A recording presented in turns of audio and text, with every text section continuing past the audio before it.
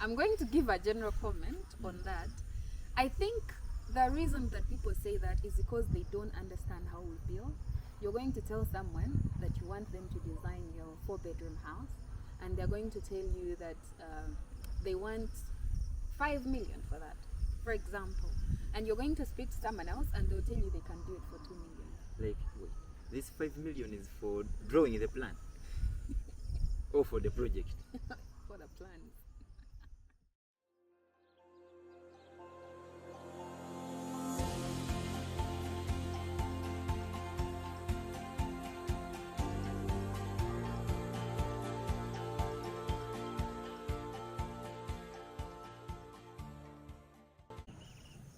Hi guys, welcome to Aki Real Talk. This is our 3rd episode. Today we're going to discuss what architects do in the full project cycle, from ideation to construction and finally to handover. And today we have a special guest. You're going to get to know about him. He has a few questions that he would like to ask about this specific topic. Previously we had our last episode on who can call themselves architects, and in this one I tried to detail about how people become architects, the full journey from uni to training and finally the licensing exams. And I did a comparison between the UK and Uganda.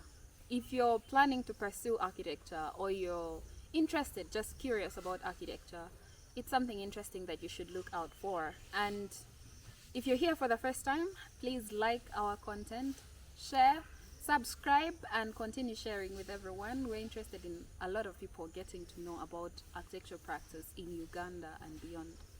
Our special guest today is Alex. Alex, you're most welcome. Thank you. Alex has a few questions that he would like to ask about this specific topic, so it's going to be an interactive discussion between me and him.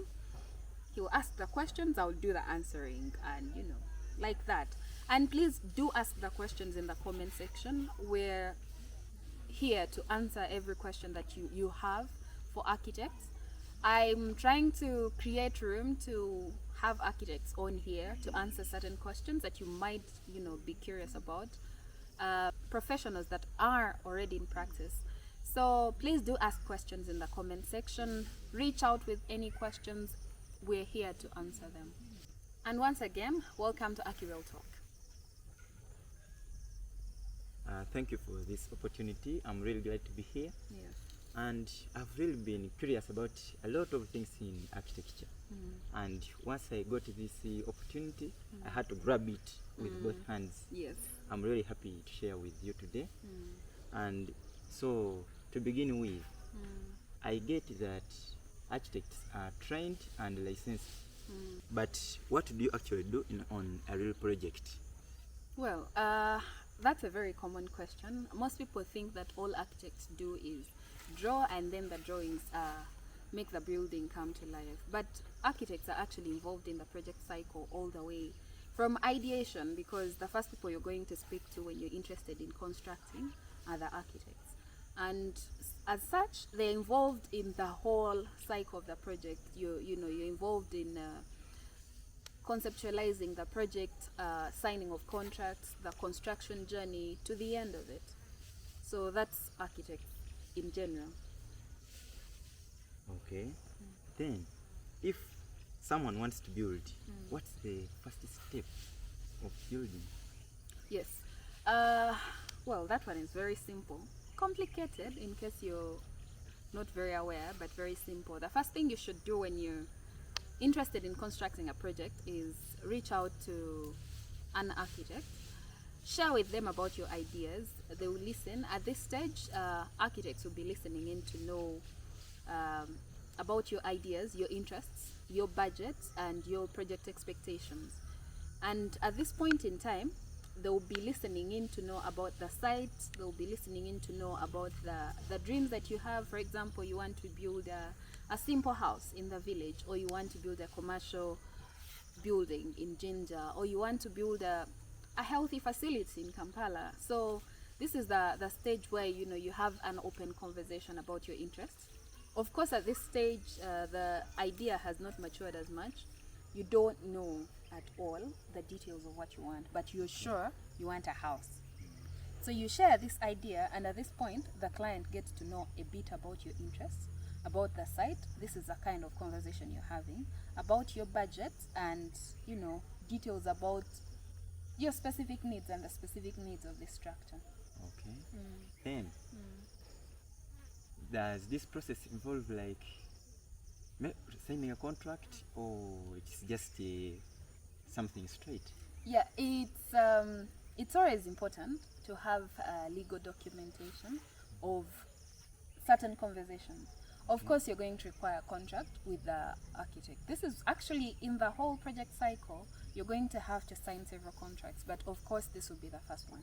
You will have an agreement with the architect about the details of what he's going to do.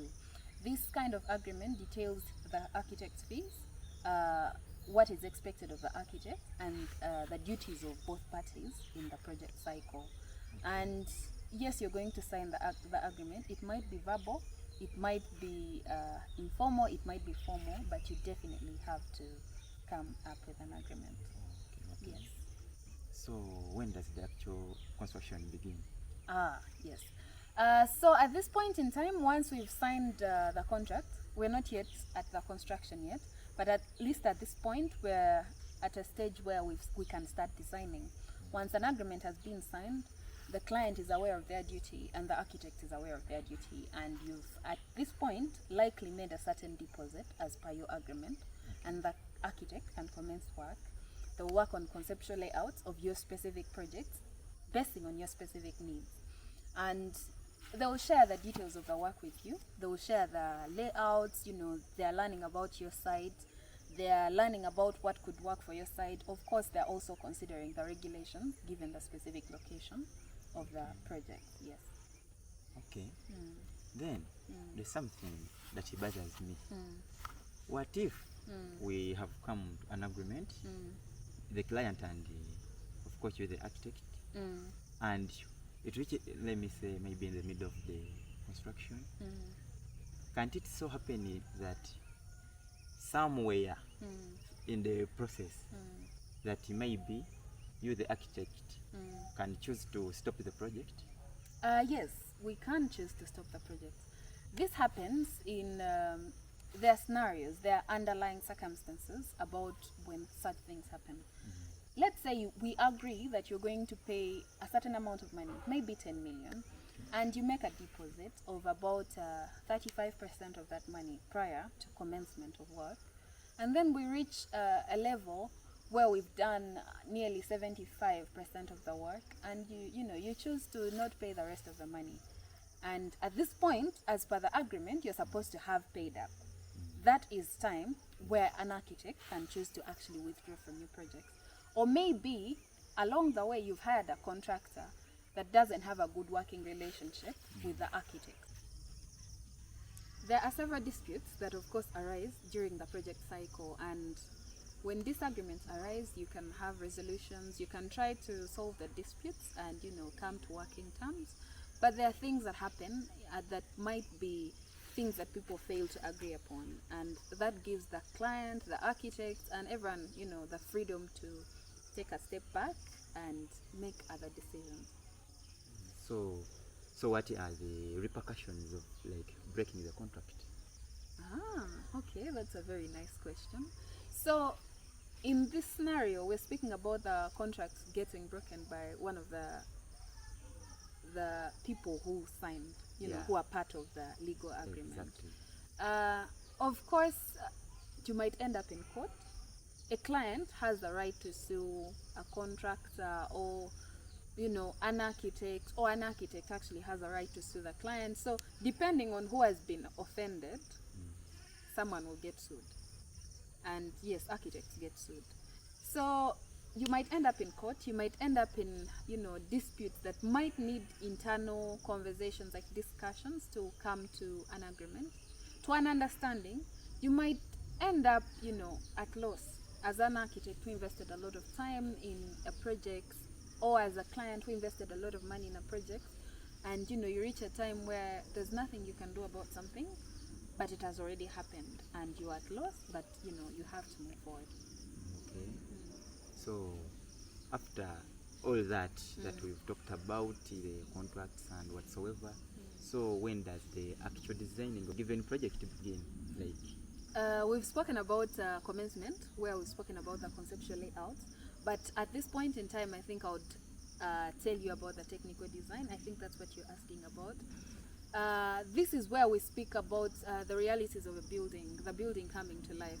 And in this sense, we're speaking about engaging other consultants, like structural engineers, mechanical and electrical engineers, to, you know, work together and change ideas into reality. You know, into an idea that you can look at and say, this is a project that's actually buildable. As a client, you start to see your project coming to life.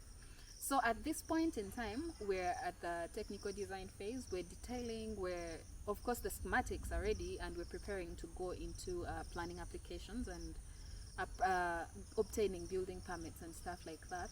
And while at that, we're preparing detailed drawings, we're preparing specifications, and we're as well preparing instructions for what has to happen on site. Okay. Yes. Then when does this become something buildable? At that point, it is something buildable. At this point, as a client and as architect, we're liaising with the contractors, and now we're going into the next phase of the construction of the project cycle, which is us heading to site. Assuming that at this point we've obtained our permits, or our permits are still underway, we already have a contractor in mind who's going to implement the project, who's going to help with the project implementation on site.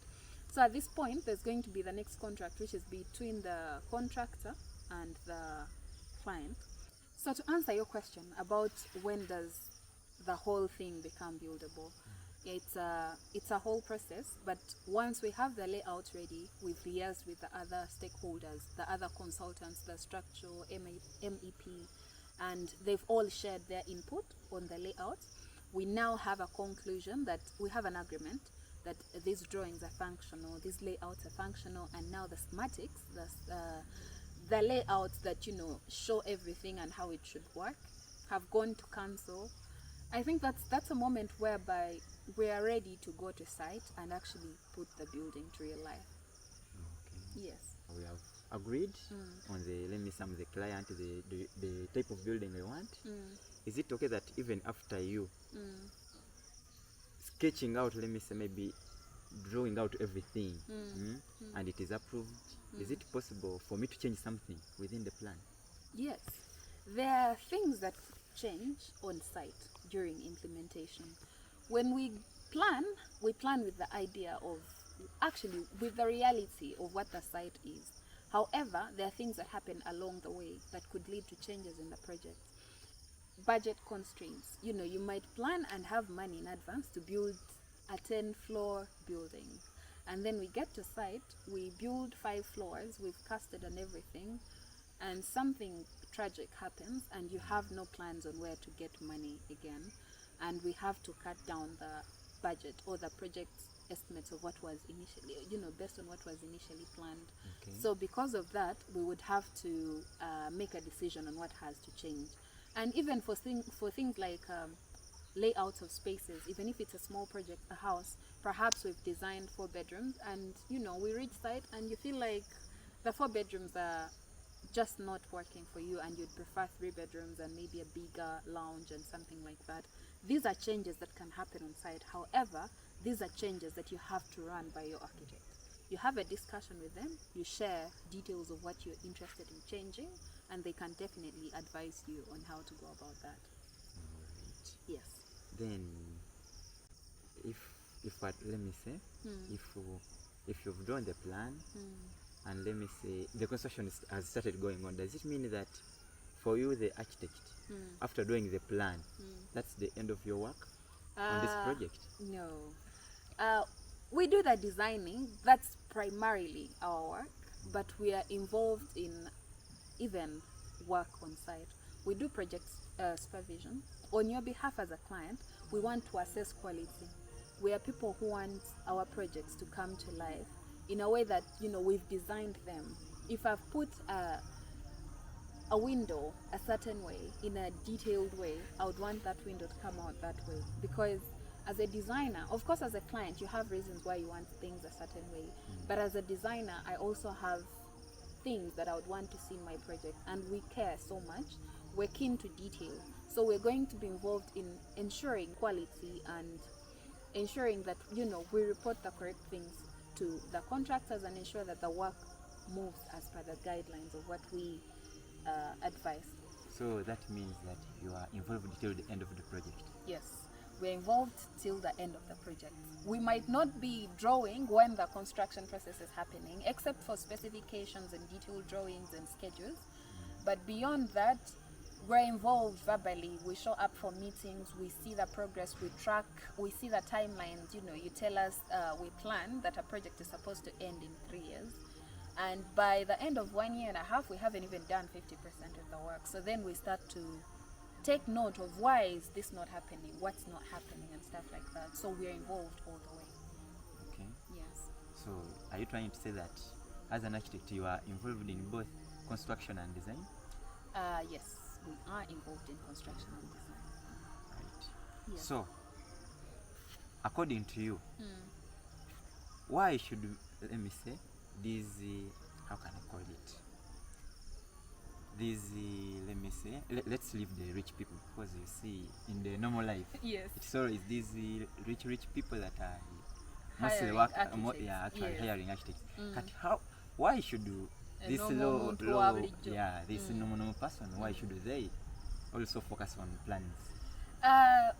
You see, the thing is, it's something that I talked about previously. When you don't plan, you make mistakes. When you don't allow professionals to make decisions for you, there is room for error. Of course, even when you hire professional people to do this work, there might be mistakes, but at least there is minimal.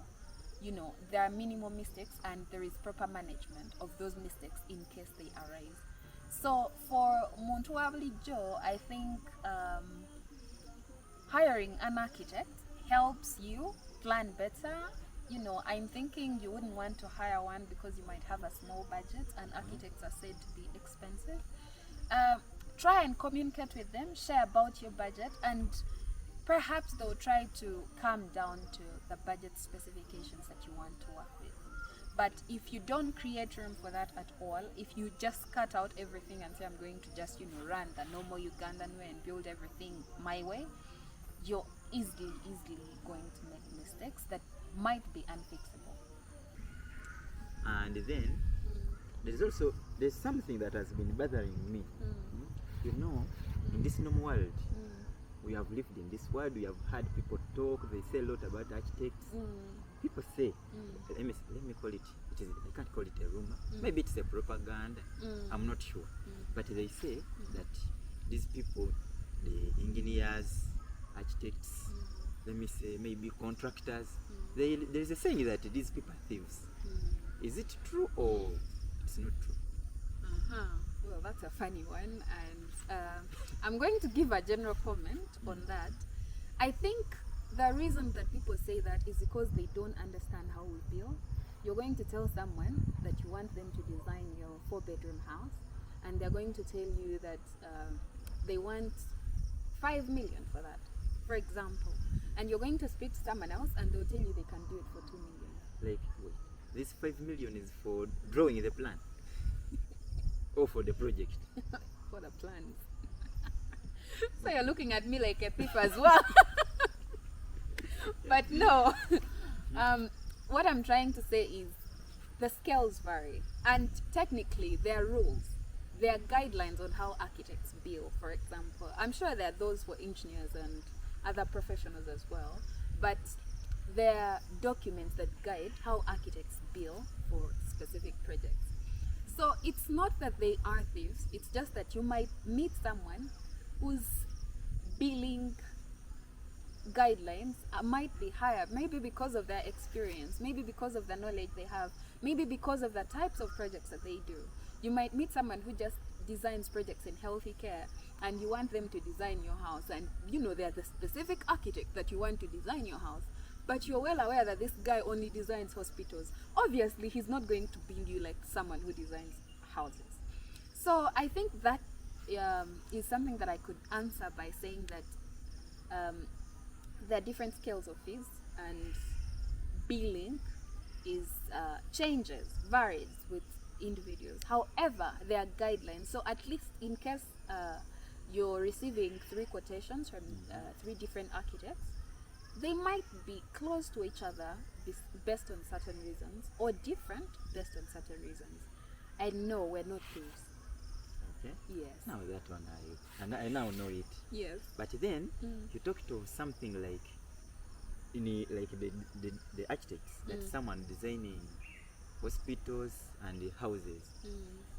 In architecture, is there also that position that actually is it there the opportunity that you people can also specify and be like me and only draw this type of plans?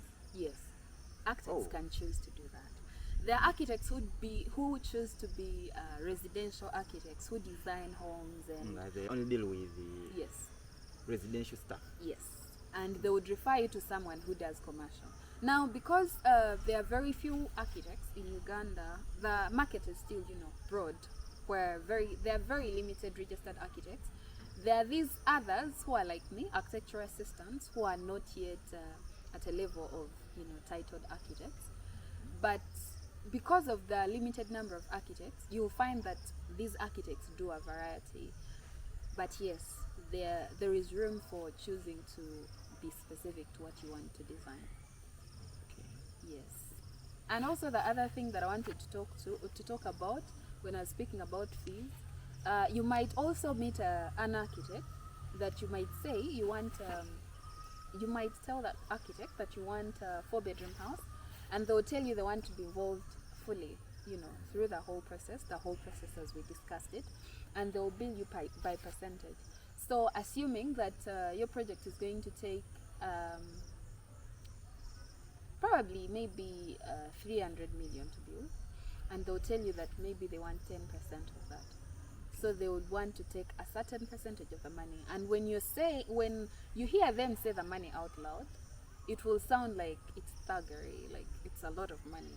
But the amount of work they have to do for you through the whole process, from the start to the end, is actually worthy that money, So you're going to get different scales of fees, and you're going to get different types of billing depending on what you want from a specific architect. Yes. All right. That's what I had for now. Everything that I've been curious about, at least you've talked about it, and now I have something I have also now known something. Yeah. Okay. Thank you. Well, thank you for coming and joining us today. You're welcome. And yeah, guys, this is Aki Real Talk. Thank you for watching. Thank you for being part of our discussion today. I hope this has enlightened you. In case you have any more questions that were not talked about today here, please leave them in the comment section. Like our content, comment, share, subscribe, continue subscribing, continue sharing. We're trying to make architecture reach every other person there is in the world. We are facing challenges right now. There are several demolitions that are happening in Uganda right now because people are not being advised by the right people. And you need that. You need your architects, you need your advisors, you need everything that you have to get. So please reach out to your architects, reach out to your designers, consult with them. Let them advise you on what you have to do with your space and how you have to do it. Thank you for watching. This is Aki Real Talk. Stay with us. Wait out for the next episode. And in the next episode, I'm bringing a real life project that's a renovation. I'm going to try and, show you what happened through the project, from how it was before, to the happenings of the changes and what it is like right now. Thank you for watching, and goodbye.